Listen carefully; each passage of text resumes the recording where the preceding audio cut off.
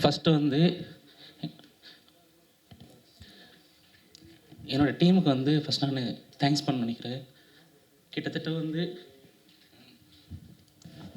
ஒரு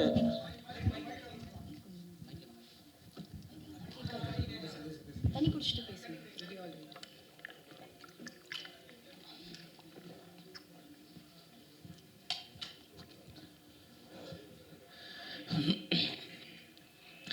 கிட்டத்தட்ட வந்து ஒரு இதோட பயணம் வந்து ஒரு 4 வருஷம். இந்த 4 வருஷத்தில் வந்து 4 பேரோட ஆரம்பித்த இந்த பயணம் இன்றைக்கி 40 பேரோட. யாருமே எந்த ப்ராஜெக்ட்டுமே இது வரைக்கும் ஒர்க் பண்ண போகல. வி ஆர் இண்டிபெண்ட் டேரக்டர்ஸ், அவ்வளோதான். Independent directors and independent team. யாருமே யார்ட்டையும் ஒர்க் பண்ண முடியல.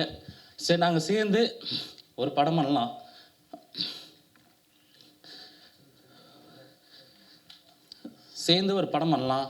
அப்படின்னு சொல்லிட்டு ஆரம்பித்து இன்றைக்கி வந்து இந்த படம் வந்து நல்லபடியாக முடிஞ்சிருக்கு.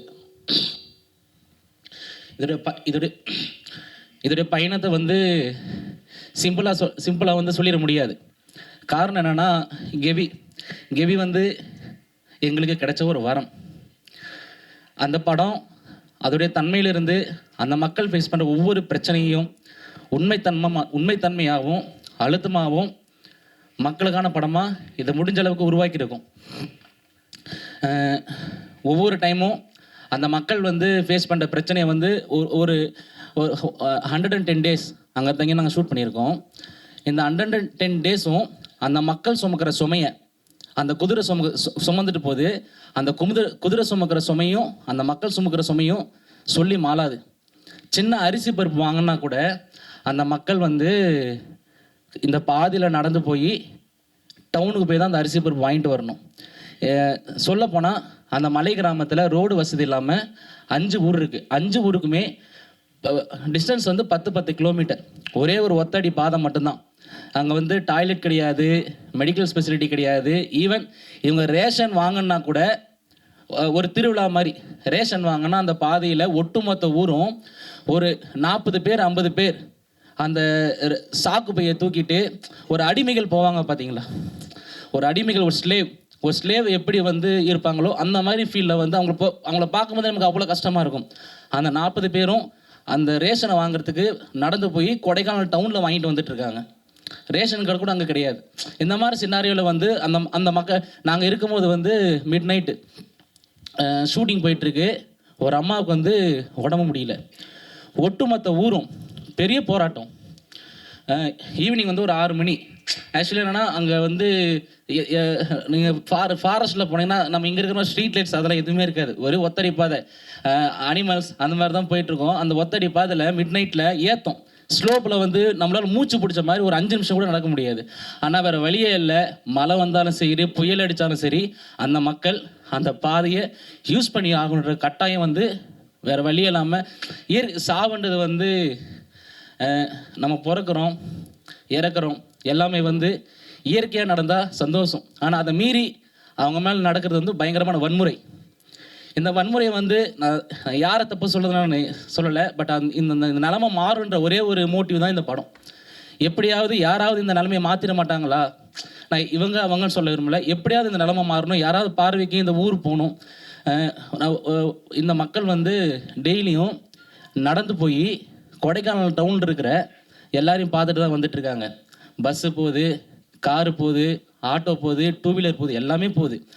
அவங்க கொடைக்கானலில் போயிட்டு அரிசி பருப்பு வாங்கிட்டு எல்லாத்தையும் பார்த்துட்டு திருப்பி அவங்க ஊருக்கு நடந்து தான் வந்தாகணும்.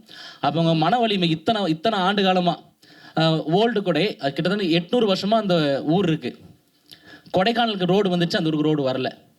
ஆனால் கொடைக்கானல் ஹிஸ்ட்ரி எடுத்து பார்த்தீங்கன்னா அந்த ஊர் தான் கொடைக்கானலுடைய ஆர்ஜினே. அதுதான் அந்த ஊர் தான் கொடைக்கானலுடைய ஆர்ஜின்.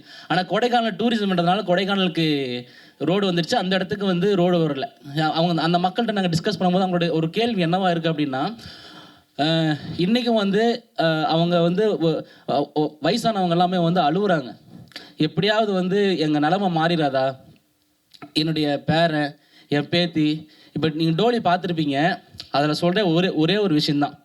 அவங்க தாத்தா சுமந்து, அவங்க அப்பா சுமந்து, இன்னைக்கு இவங்க சுமந்து, நாளைக்கு வேற யாரோ சுமந்து தோள்பட்டெல்லாம் உங்களுக்கு நீங்கள் அவங்க அவங்க எல்லாருடைய தோள்பட்டையும் பார்த்தீங்கன்னா அந்த மூங்கில் கம்பு இருக்குது பார்த்தீங்களா, நீங்கள் டோலி பார்த்துருப்பீங்க.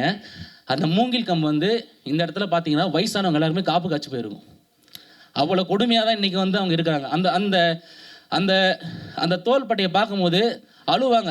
ஆக்சுவலி என்னைக்கு இது மாறும், திடீர்னு வந்து ஒரு தோட்டத்தில் இருப்பாங்க, இல்லை இது மாதிரி ஆயிடுச்சுரா சீக்கிரம் வாங்கினான்னா ஊரில் இருக்கிற எல்லாமே தனி தோட்டம், அங்கே ஃபோன் டவர் கூட கிடைக்காது. நீங்கள் ரீச் பண்ணால் கூட இப்போ சொந்தக்காரர் ஒருத்தர் தோட்டம் எப்போ இருக்குன்னா இதுதான் ஊர், தோட்டத்துக்கே அவங்க மலைக்குள்ளே இருந்து 2 கிலோமீட்டர் 3 கிலோமீட்டர் தள்ளி போகணும் அவங்க. இன்கேஸ் இப்போ தோட்டத்தில் இருக்கிறவங்க ஏதாவது ஒன்று ஆச்சு அப்படின்னா அந்த இன்ஃபர்மேஷன் ஊரில் இருக்கிற ஒவ்வொரு தோட்டத்திலும் போயிட்டு நடந்து போயோ ஓடி போயோ சொல்லி எல்லாரும் வந்து அசம்பிள் ஆகி, மூங்கில் வந்து ஊரில் கிடையாது, மூங்கில் வெட்டத்துக்கு 3 கிலோமீட்டர் போகணும். அந்த அவங்கள சுமந்துட்டு அந்த மூங்கிலை வெட்டுறதுக்கே காட்டுக்குள்ளே வந்து 3 கிலோமீட்டர் போயிட்டு அந்த மூங்கிலை வெட்டிட்டு வர ரெடிமேடெல்லாம் வச்சுக்க முடியாதுங்க. மூங்கில் காஞ்சி போயிடும், நிறைய விஷயங்கள் இருக்குது. எப்பயுமே மூங்கிலுடைய ப்ராசஸ் என்ன அப்படின்னா, ஒரு மூங்கிலை கட்டுறாங்க அப்படின்னா பச்சை மூங்கில் 9 கன்று வச்சு வெட்டுவாங்க. ஏன் அந்த 9 கன்று அப்படின்னா, நம்மளுடைய 5 feet 6 feet நம்முடைய ஹியூமனுடைய பாடி 5 feet 6 feet அந்த மாதிரி இருந்துச்சு அப்படின்னா அந்த லென்த்துக்கு அவங்கள கட்டிட்டு லாஸ்ட் 2 கண்ணும் கடைசி 2 கண்ணும் வந்து ஆளுங்க சுமந்துப்பாங்க. ஒட்டுமொத்த ஊர் அவங்கள தூக்கிட்டு போகும், ஊர் கூடி தேர் இழுப்பாங்க சொல்லுவாங்க பார்த்தீங்களா. ஆனால் இந்த குடும்பம் வந்து இந்த மாதிரி ஒரு சினாரியில் வந்து வரக்கூடாது. அவ்வளோ கஷ்டமாக இவ்வளோத்துக்கு மனசு நொந்து போயிட்டு எல்லாம் ஊரை விட்டு போகிறதுக்கு வந்து நிறைய பேர் அவங்க சொல்லியிருக்காங்க, நீங்கள் வந்து இங்கே ஏன் இருக்கீங்க, கிளம்பி மேலே வர வேண்டிய தானே. அந்த ஒரே ஒரு கேள்வி என்ன தான் எனக்கு இருக்க ஒரே ஒரு இது என்னன்னா, எதுக்கு அவங்க வரணும்? இப்போது அவங்க ஊருக்கு வந்து ஒரு கேஸ் சிலிண்டர் போகுது, என் கேள்வி அதுதான். அவங்க ஊருக்கு வந்து ஒரு கேஸ் சிலிண்டர் போகுது, ஒரு கேஸ் பில்லை வச்சு என்னால் வந்து ஒரு அட்ரஸ் ப்ரூஃப் வாங்க முடியும், என்னால் வந்து பேங்க்கில் வந்து ஈஸியாக என்னால் பேங்க் அக்கௌண்ட் ஓப்பன் பண்ண முடியும். அவங்களுக்கு தேவையான எல்லாமே வந்து அவங்கள தேடி போகுதுன்னு சொல்ல வரல, ஒரு கேஸ் போகுது அவங்க ஊருக்கு. அந்த இன்னொரு விஷயம் என்னென்னா, அந்த கேஸ் ஒரு வீட்டுக்கு எடுக்கணும்னா அந்த இப்போ இண்டியன் கேஸோ இருக்கிற மற்ற கேஸ் கம்பெனி எதுவாக இருந்தாலுமே ஃபஸ்ட்டு போய் வெரிஃபை பண்ணுவாங்க. எப்பயுமே நீங்கள் கேஸ் எடுத்திங்கன்னா உங்கள் வீட்டிலேருந்து வெரிஃபை பண்ணுவாங்க. அந்த மாதிரி ஒரு 2 பேர் கேஸ்லேருந்து அந்த பாதியில் நடந்து போய் வேர்த்து விறுவிறுத்து உப்பு பூத்து அந்த ஆள் வரும்போது கேட்குறான். ஒரு நாள் நாங்கள் வந்து ஷூட்டிங் முடிச்சு ஏறி வரோம், இந்தியன் கேஸ்லேருந்து ஒரு 2 பேர் நடந்து வந்துட்டு இருக்காங்க. எங்கெங்கே போயிட்டு வரோன்னு கேட்டால், நாங்கள் அப்போ தான் ஷூட்டிங் முடிச்சுட்டு நாங்கள் மேலே ரிட்டன் கீழே இறங்கிட்டு இருக்கோம், இவன் வெள்ளைக்கு போயிட்டு வந்துட்டுருக்கோம் அப்படின்னு சொல்லும் போது உப்பு பூத்து எப்படிங்க இவங்களாம் இங்கே இருக்காங்க. மனநலம் ஒரு பேசிக்காக இருக்கிற மக்களுடைய மனநலம் என்னவாக இருக்குன்னா, ஒரு நாள் நடந்ததுக்கான அவங்களுடைய மன வலிமை, ஒரு நாள் நடந்ததுக்கு அவங்க சொல்கிற ஒரு ஸ்டேட்மெண்ட், எப்படிங்க இந்த மக்கள் வந்து இங்கே இருக்காங்கன்னு கேட்குற அப்போது ஒவ்வொரு நாள் இதுதான் அவங்க வாழ்க்கைன்னு இருக்குல்ல. இது வந்து எப்போ மாறும், எப்படி மாறுன்ற கேள்வியோட தான் இன்றைக்கி இருக்காங்க.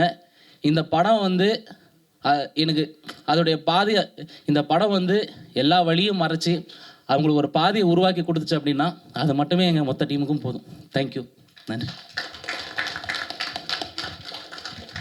Thank you so much sir.